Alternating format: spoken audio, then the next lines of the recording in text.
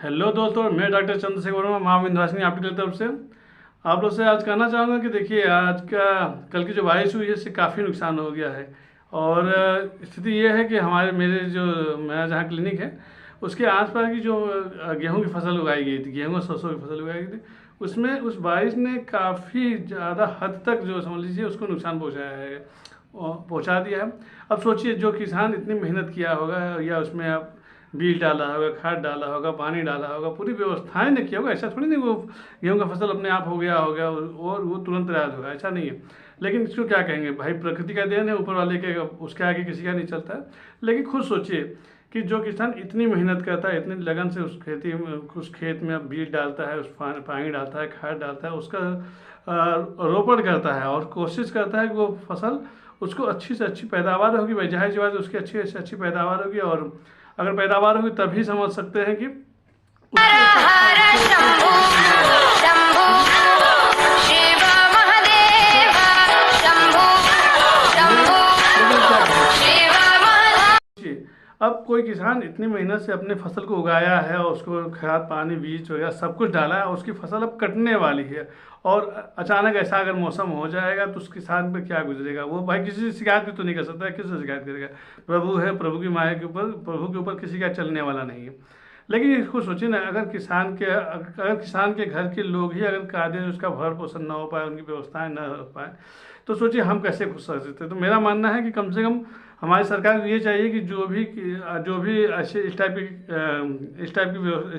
दुर्घटनाएं होती हैं, घटनाएं होती हैं, या ऊपर वाले की वजह से ऐसी कुछ नुकसान होता है, तो कम से कम जो भी नुकसान होता है उन किसानों के लिए हमारी सरकारों को चाहिए कि वो कम से कम कुछ न कुछ व्यवस्थाएं करे। भाई अगर नहीं करेगा तो सोचिए, अगर जो अन्नदाता है, जो हम लोग को भोजन व्यवस्थाएं कर रहा है, हम लोग के लिए वो इतना परिश्रम कर रहा है, और अगर वो व्यवस्थाएं अगर वो खुद नहीं खुश रहेगा तो हम कहाँ से खुश रहेंगे, हम खुश नहीं रह सकते ना। और सोचिए, अगर उनकी फसल का आदेश नहीं बिकेगी, उनके भाई बच्चे कैसे पढ़ेंगे लिखेंगे, कैसे आगे बढ़ेंगे, या अच्छे स्कूल में कैसे उनका एडमिशन या पढ़ा पाएंगे, नहीं हो संभव है ना। तो यही था। तो कम से कम देखिए, मैं ये नहीं कर रहा हूँ कि हम लोगों से कोशिश करना, हम लोग की पूरी दायित्व बनता है कि हम लोग जो किसानों से जो भी चीज़ें खरीदते हैं, जैसे सब्जी हो गया, फल हो गया, अनाज हो गया, दालें हो गई, चावल हो गया, जो भी कुछ खरीदते हैं, तो निवेदन है यार, कम से कम उनसे बार्गेनिंग न किया जाए, उनसे मोल भाव न किया जाए।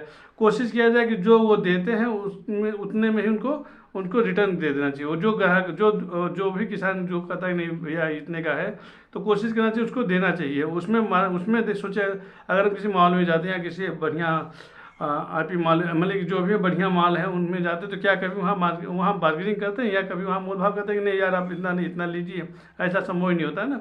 तो जब हम वहाँ नहीं करते, वहाँ हमको लगता है कि मैं बहुत बड़ा अमीर आदमी हूँ, बहुत बड़ा अमीर आदमी हूँ, और वहाँ पर हम मोल भाव नहीं करते, तो सोचिए इन किसानों की स्थिति, सोचिए क्या गुजर रही होगी जब ऐसी ऐसी चीज़ें घटनाएं घटित होंगी। तो यही था। तो बस यही था कि कोशिश कीजिए कि जो भी सब्जी वगैरह आप जहाँ से भी खरीदते होंगे या जहाँ से हम अनाज खरीदते हैं, उनसे मोल भाव ना करें। वो जो भी भाई वो भी जानता है कि नहीं इसका क्या मार्केट रेट है, वो जो मांग रहा है कोशिश करना है कि उनको दे देना चाहिए, उसमें उनका दिल नहीं दुखाना चाहिए। बस यही था। क्योंकि मैंने खुद महसूस किया ना, मैं यहाँ पर हूँ, देख रहा हूँ कि स्थिति बड़ी खतरनाक हो गई है। अब सोचिए, वो बेचारे इतना मेहनत किए थे और एक रात की बारिश में पूरी की पूरी फसल लगभग कर सकते हैं कि अगर 100% है तो उसमें से मान के चलिए कम से कम 60 से 70% का नुकसान होगा। आप सोचिए 30% में बेचारे को क्या खाएंगे क्या नहाएंगे, कैसे अपने बच्चों को पढ़ाएंगे लिखाएंगे। तो यही था। तो प्लीज़ मेरा ये मानना है कि प्लीज़ कृपया करके उन लोगों का सहयोग करें और साथ दें। और अगर मुझसे कुछ गलत चीज़ें निकली हो तो उसके लिए क्षमा चाहूँगा।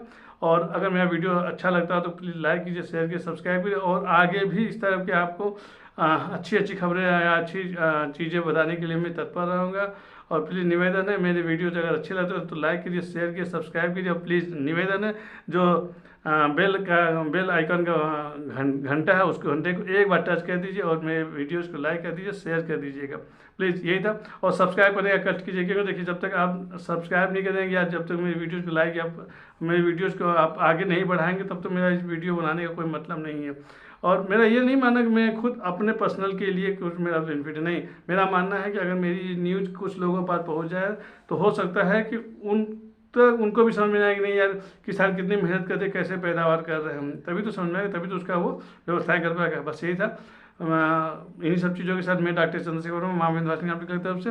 और निवेदन है, कृपया करके अगर हो सके तो अपने आस पड़ोस के लोगों की या जिसको भी आँख से संबंधित कोई भी परेशानी हो तो मेरे क्लिनिक में भेजने का कष्ट करें। अभी चूँकि मैं नया जगह स्टेबिलिटी हुआ और नया जगह व्यवस्था किया है तो थोड़ा समय लगेगा, ये तो मेरे को भी बताया है, लेकिन बस यही था। आप लोगों के आशीर्वाद के साथ और आप लोगों की दुआ के साथ मैं डॉक्टर चंद्रशेखर हूँ, माँ विंध्यवासिनी आप। जय माता दी।